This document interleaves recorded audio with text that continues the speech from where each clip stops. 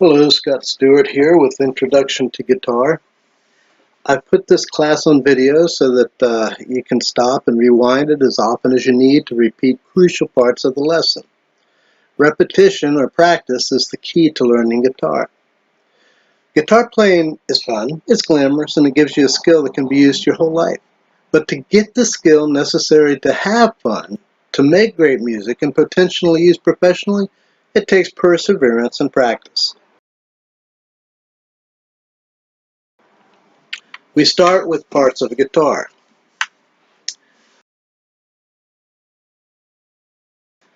The body, the neck, and the head are the basic parts. The head has the tuning pegs, and this is where you thread the strings and tune them. You make the strings lower or higher by turning those pegs. If you tighten the string, it'll be a higher pitch. If you lower it, if you loosen it, it'll be a lower pitch. The plastic strip right here that you put the strings across is called the nut. It separates the head and the neck on the front and is called the nut. The strings follow across the nut and onto what is called the fretboard. This section right here, down to all the way, is called the fretboard. The reason it's called the fretboard, it's divided by these thin metal bars right here, this one, this one, this one, this one, that are, and so on down the line, that are called frets. All right, if you press the strings just above that fret, it'll ring out. Here we got one that's not pressed down at all. We press on third, press it on the fifth, press it on the seventh. Each time I press it, it gets to be a higher pitch. Below the fretboard, the strings pass a sound hole on an acoustic guitar, and they sound a pickup right here on an electric. We see that by the time we get down here, we are not on the neck anymore, but we're on the body of the guitar. Some guitars have a pick guard, such as this right here, that protects the guitar from the pick. Some do not, as you can see.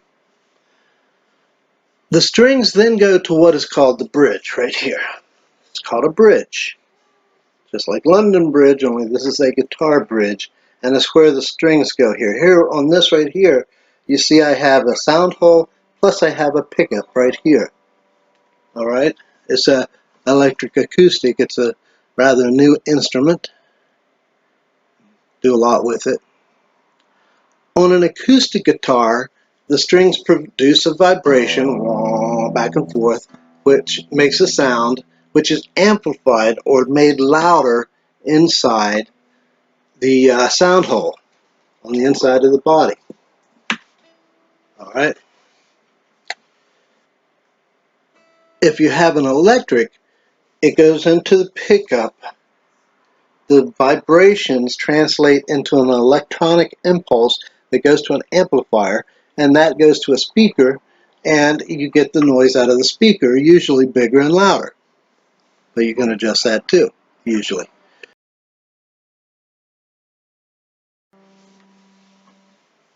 One is skinniest, which is the highest tone. 6 is the thickest or the lowest.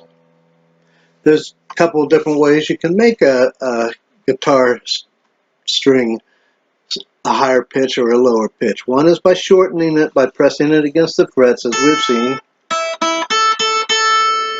Another is loosening it. And another is by making it fatter or skinnier. All right. So those are the three things that will adjust the tuning of our guitar. The thickness of the strings, the tightness of the strings, and how long they will be. The clearest tone we can make will be by pressing. When we have to press down to make a note, is right above the fret. See, if I put it right on the fret, it doesn't make a very clear sound, does it? But if I do it just a little bit above, then it's very clear. Now, holding a guitar, see this little crook right there? You want the neck facing, you want the front facing out, straight up and down, as much as you can get it. You want the neck to your left, all right? To your left. And you want to put that little notch right here, this little cradle, right on your left leg. Now, some people, including myself, often play it on the right leg. But this is classical guitar holding posture. So the back of the guitar is to your belly. This is to your belly. The neck is to the left. The curve is nestled on your left leg. And your left hand, you want the thumb straight up and down as much as you can get it to hold it classical position. Now that we know the parts of the guitar, we want to look at a fret chart or a chord chart.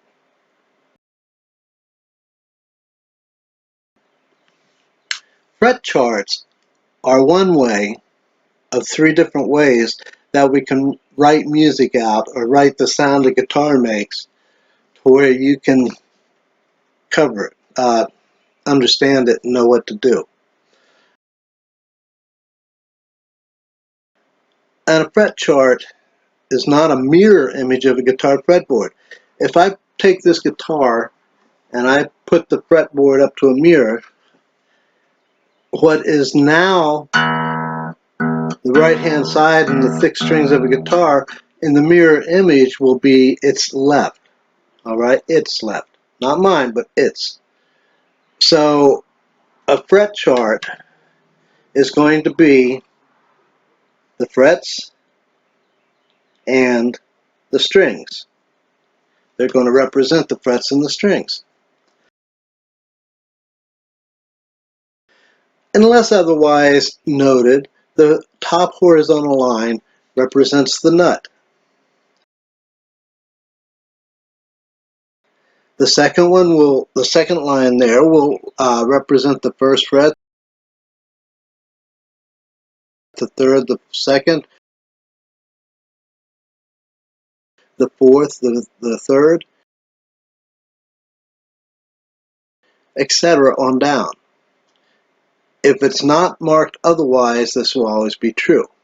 But sometimes there are numbers next to the fret lines like so. Yeah, we see the numbers on the side. Well, if you have one that says 3, 4, 5, 6, etc., this means you are higher up the neck. So your little notations for play will be at the 3rd, 4th, 5th, 6th, etc. positions, you see. You're higher up the neck. And by higher, I mean, higher pitch, faster vibrations, right? Up the neck is like that. Down the neck would be, and you see how it gets to a lower pitch, a lower vibrations as I go down the neck, up the neck. The one string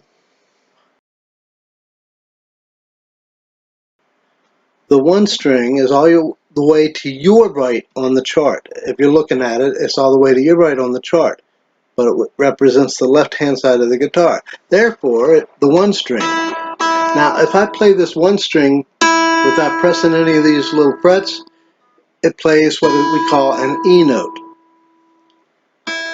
That's played open. I have no fingers touching it. It's played open.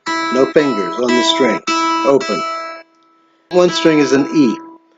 2 will play a B note, 3 a G note, 4 a D note, 5 an A note, 6 is a lower pitched E. E, B, G, D, E, A, E. E, B, G, D, A,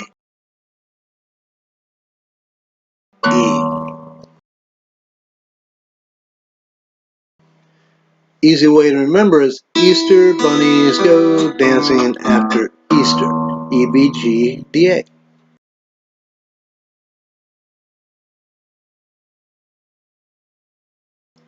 Easter bunnies go dancing after Easter. Whether we play all the notes indicated by a fret chart all at once or one at a time depends upon whether we are playing a chord or whether we are playing a progression of notes like in a scale. For this video, we will use progression to tune with all at once when we look at chords. Fret charts can tell you what notes to play, they can tell you what strings not to play, and they can tell you what strings to play without placing a finger in the open position. When you play a string without placing a finger on it, it is an open position.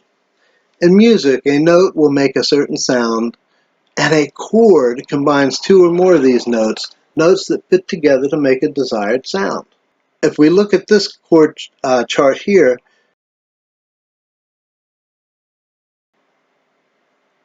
we will strum all the strings indicated to make what is called the chord, and we will see three types of markings.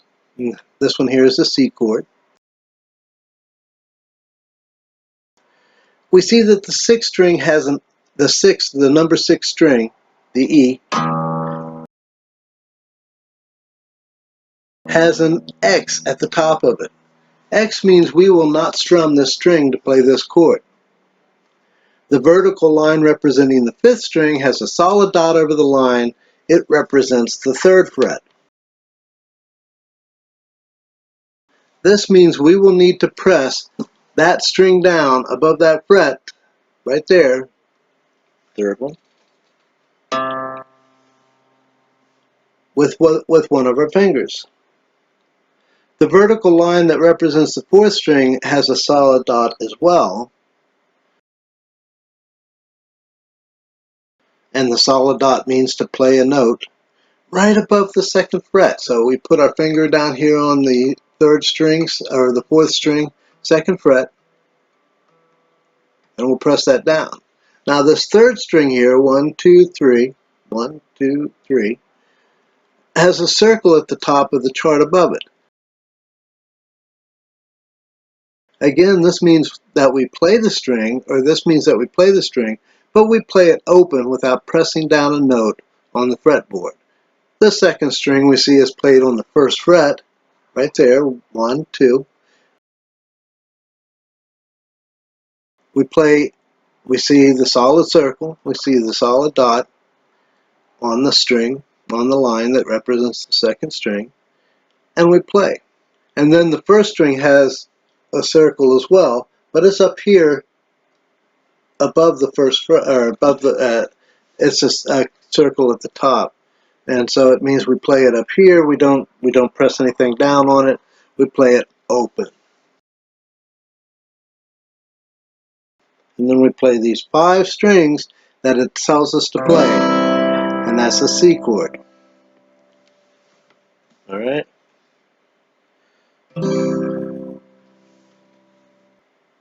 Keeping all these parts in place, I strum the 5, the 4, the 3, the 2, and the 1 strings. I had an X on the 6th string, so I don't strum that. I've made a C chord. That's how you read a chord chart. Now, there's several ways to tune a guitar to standard tuning. Folks who have been playing a long time can often listen to the strings of another guitar that they know has been tuned and adjust the frequency of the strings to match, or they can do that with a piano or other keyboard instrument, and this is tuning by ear. Another way of tuning by ear is to get as close as you can to a low E on your 6th string, and then you match the 5 strings, the 5 string.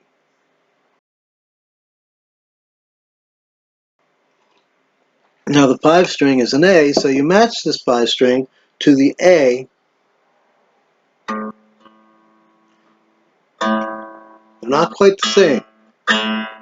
If you hear a little vibration. Well, I'm going to change the 6th string a little bit. Now see how it's now the same?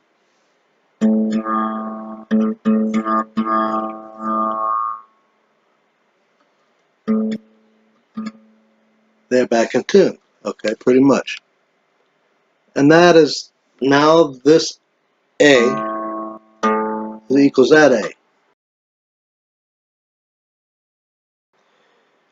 I look at the fifth string and I want to make the fourth string the same as the fifth string D.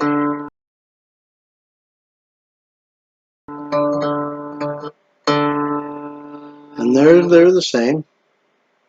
I want to make the third string, which is, what was that? Oh, G? Okay. I want to make that G the same as the fourth string G.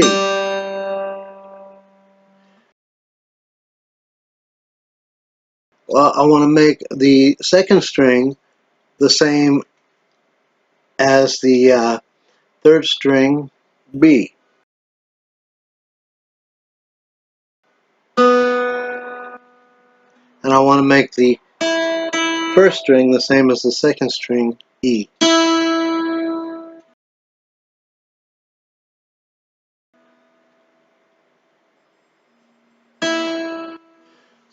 That's one way to tune by ear. Alright? You make this A sound like this A on the sixth string. You make this D sound like this D on the fifth string. You make this G sound like this G on the fourth string. You make this B sound like this B sound like this B on the third string, and you make this C sound like this C on the second string.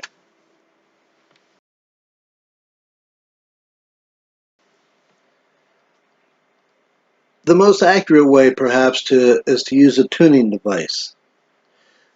Maybe like the one you've received in your guitar kit when you first started this class, or maybe like the app I've installed on my cell phone, which is a pretty good application, and I can use it to tune my guitar. Two things. First, we always tune low to high. Two reasons. One is that strings, especially 1 and 2, can easily break if overstretched. So we want to go from the low, we want to start with the sixth string and go to work our way to the first string. Second, if we loosen a string, the tension doesn't entirely release instantly. If we loosen a string, it will slacken a bit most of the way over the next few minutes, perhaps even as we play it. So we will lose the tuning, if only just by a little bit.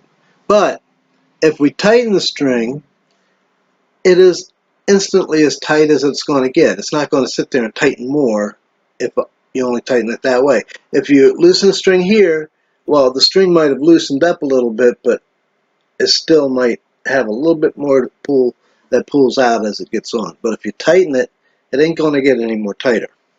All right? That's the most accurate way. Your electric tuner might signal how far away a string is from being in tune by a line or a graph or numbers. For instance, here, well, there's no difference. But at first, you see the -2 there? That's telling you it's -2 away. So we will tighten it up just a little bit.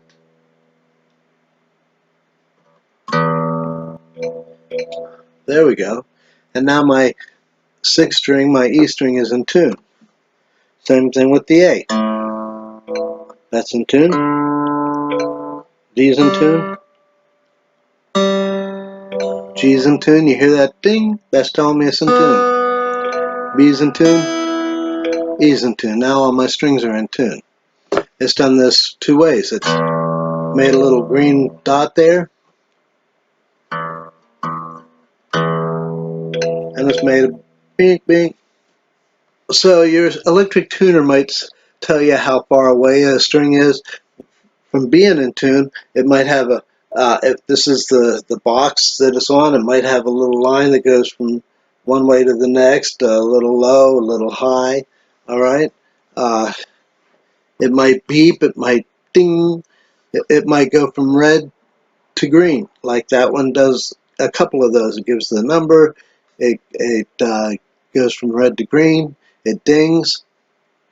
The light might go from red or another color, telling you that you are not in tune, to green, letting you know you've gotten that string in tune. All right, so we tuned it from our 6th string to E, our 5th string to A, our 4th string goes to D, our 3 string goes to G, our 2 string to B, and our 1 string to E, just like we saw. And now we are in tune.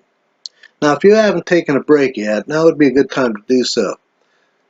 Review as you go on. After you finish this class, you can come back and review the parts of the fret charts and tuning as you need to learn these details. All right?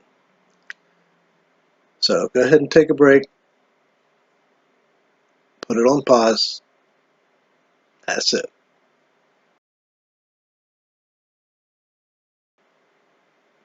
Welcome back. I don't know if you sat back right away or if this is another day, but welcome back. We're going to be looking at major chords. Now, major chords are like ropes of notes. Instead of string, we got notes. We put 3 strings together, we've got a stronger chord. If we put 3 notes together, if we put the right notes together, it'll be a stronger chord. All right. Here, I've got a G note. Here, I've got a G chord. A lot thicker, a lot richer, a lot fuller. And most songs that you hear today, not all, but most can be played by chords. Look at the fingers of your left hand. The pointer is finger 1. If I say to put your first finger on the 2nd string, 1, 2, 1st fret, or if I say to put your first finger on the 2nd string, 1st fret, you will count strings from skinniest, 1, 2, and not quite touching the 1st fret right there. See, I'm a little bit above it. And so it's making that nice little clear note, and bring it straight down on the fingertips so that you are not playing or muffling other strings with that finger. And leave that there, and take your middle, your 2nd finger, and put it on the 4th string, 2nd fret, like that. Now you've got that. All right? Leave that there. Take your ring finger, this one right here, your 3rd, and put it on the 5th string, 1, 2, 3, 4, 5, on the 3rd fret, and press down like that, so that you have all that, and then play these 5 strings. And that's the C chord.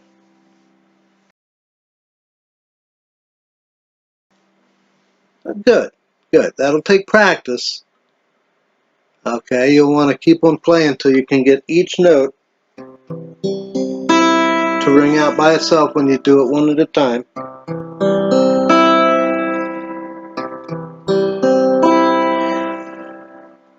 But you have a C chord. Alright, let's do that again.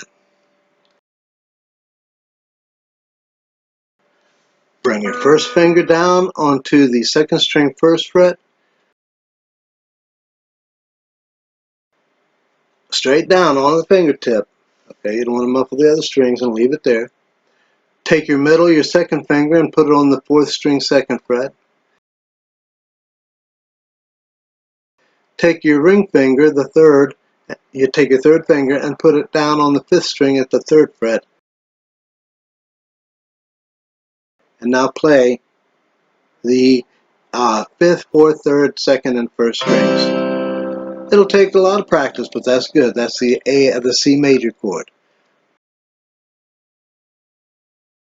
To make a D major,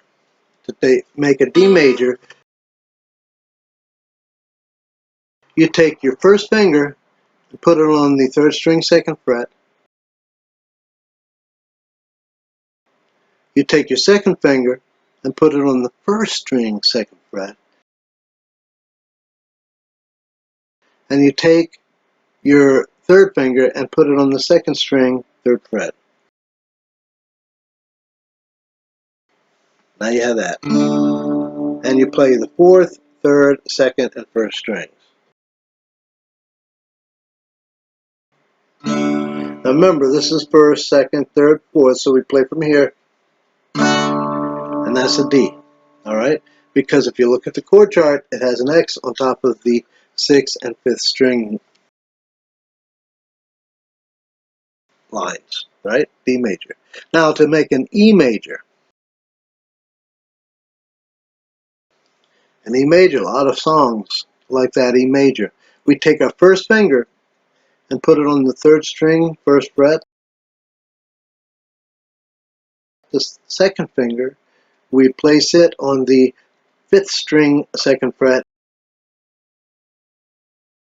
and we place the third finger on the 4th string, second fret. Now we have that. We play all 6 strings, and that's an E major. To make an F major,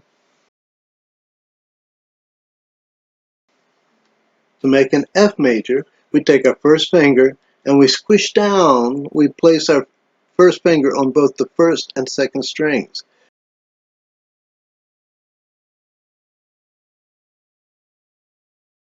The skinniest 2 strings, remember, and squish down both strings at once on the first fret, just like that. We are not bringing the first finger down on the fingertip, but we're laying it down on the first 2 strings. So we are said to be barring the first 2 strings. That's when you squish a line of strings on the same fret down. We bar it. Then we take our second finger and we bring down the fingertip like we've been doing on the 3rd string, second fret. And we take our third finger and we place it on the 4th string, 3rd fret. And then we play 4th, 3rd, 2nd, and 1st strings. Okay, we do it one at a time. That's a little rough, isn't it? So we'll adjust.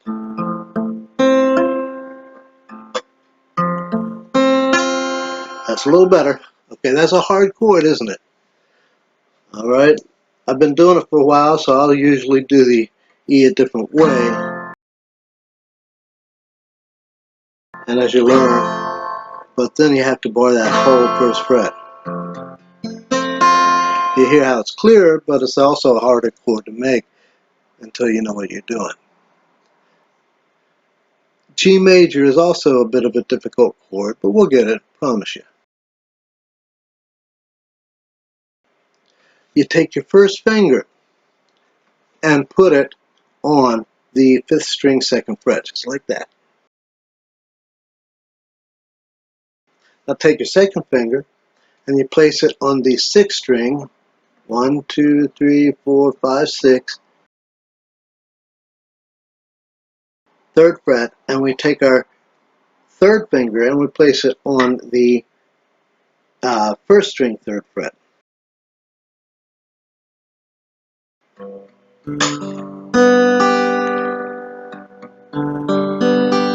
Alright, now they all ring out and we strum all 6 strings. That's the G major. To make an A major, we place our first finger on the 4th string, 2nd fret. We take our second finger and place it right behind it on the 3rd string, 2nd fret. And we take our third finger and place it on the 2nd string, 2nd fret. Now we strum the 5th, 4th, 3rd, 2nd, and 1st strings.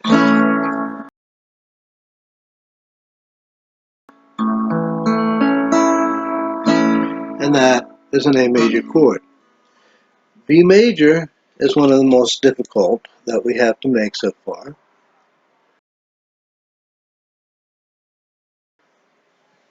you take your second finger and put it on the 4th string, 4th fret.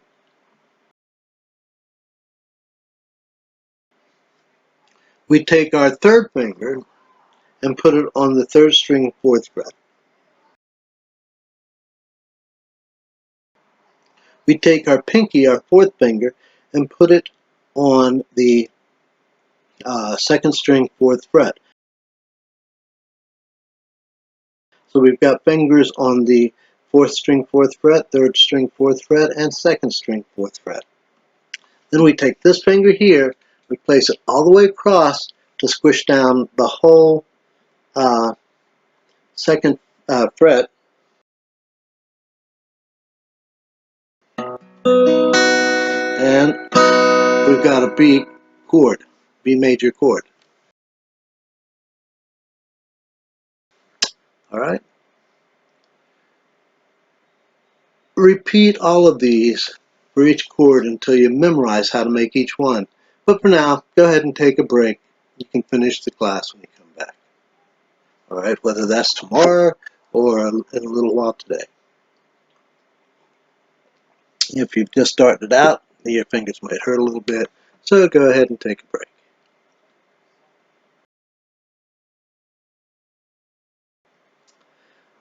Thank you and welcome back. Hope you enjoyed your break. I hope you didn't wait too long to get back to this.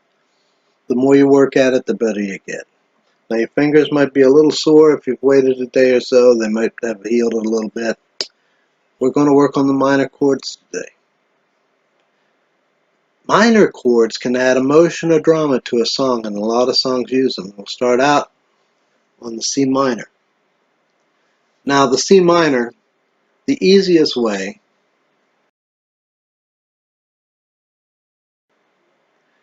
is to bar the 3rd fret with your 1st finger. Up here at the 3rd fret, I place my 2nd finger on the 2nd string, 4th fret, and I place my 3rd finger on the 3rd string, and then 5th fret, and then I strum the 3rd, 2nd, and 1st strings. And that is a C minor.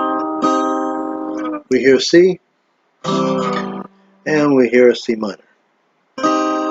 Hear that ring wish. You hear it? It almost cries to you, doesn't it? That's a C minor. A D minor, you can also make it like this. And later on we'll learn that, but not today.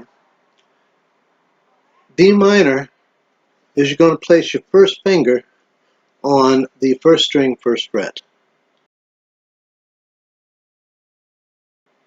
You're going to take your 2nd finger, you're going to place your 2nd finger on your 3rd string on your 2nd fret. And you're going to place your 3rd finger on your 2nd string, 3rd fret.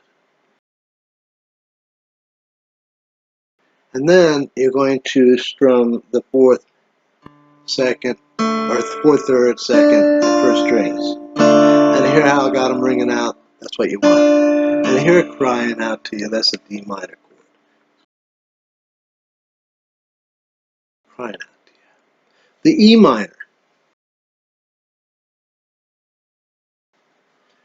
You're going to take your 1st finger and you're going to place it on the 5th string, 1, 2, 3, 4, 5, of the 2nd fret. Remember, as you get higher on the number, 1st fret skinny, 5th fret isn't the fattest, but it's the next to the fattest. So that's the way you want to go. 5th string, 2nd fret. You place your 2nd finger on the 4th string, 2nd fret. And then you strum all 6 strings. That's E minor. For the F minor, we're going to place our 2nd finger on the 5th string, 1, 2, 3, 4, 5, from thinnest to thickest, 3rd fret. 1, 2, 3. Not quite on, but a little bit above. Then we're going to take our third finger and put it on the fourth string third fret. And then we're going to bar the first fret with our fingers and strum all 6 strings.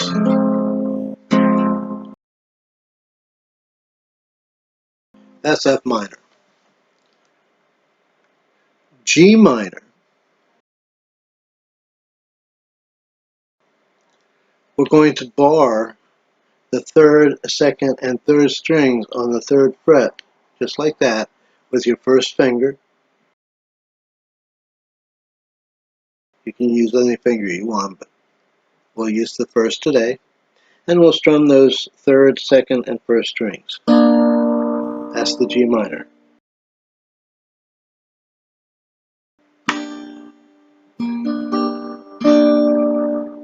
All right. An A minor.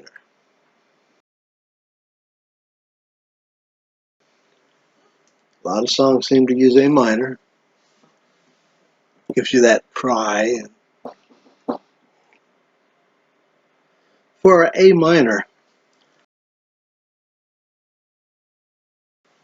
we want to place our first finger on the second string of the first fret.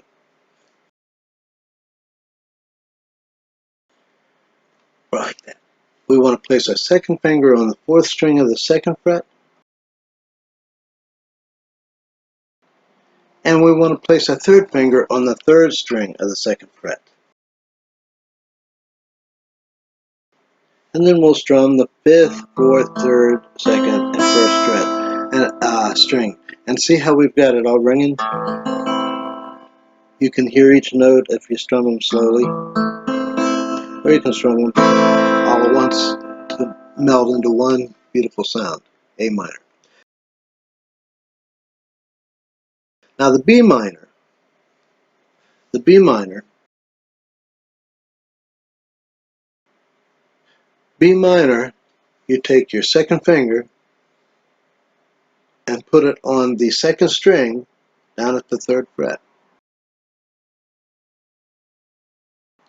Then we want to take our third finger and place it on the fourth string, fourth fret. 1, 2, 3. Okay, we got 1, 2, 3, 4. 1, 2, 3, 4 right there. And we take our fourth finger and put it on the third string on the fourth fret, right behind it. 1, 2, 3. Then we bar all the way across on this second fret, just like that. And then we strum the fifth, fourth, third, second, and first strings.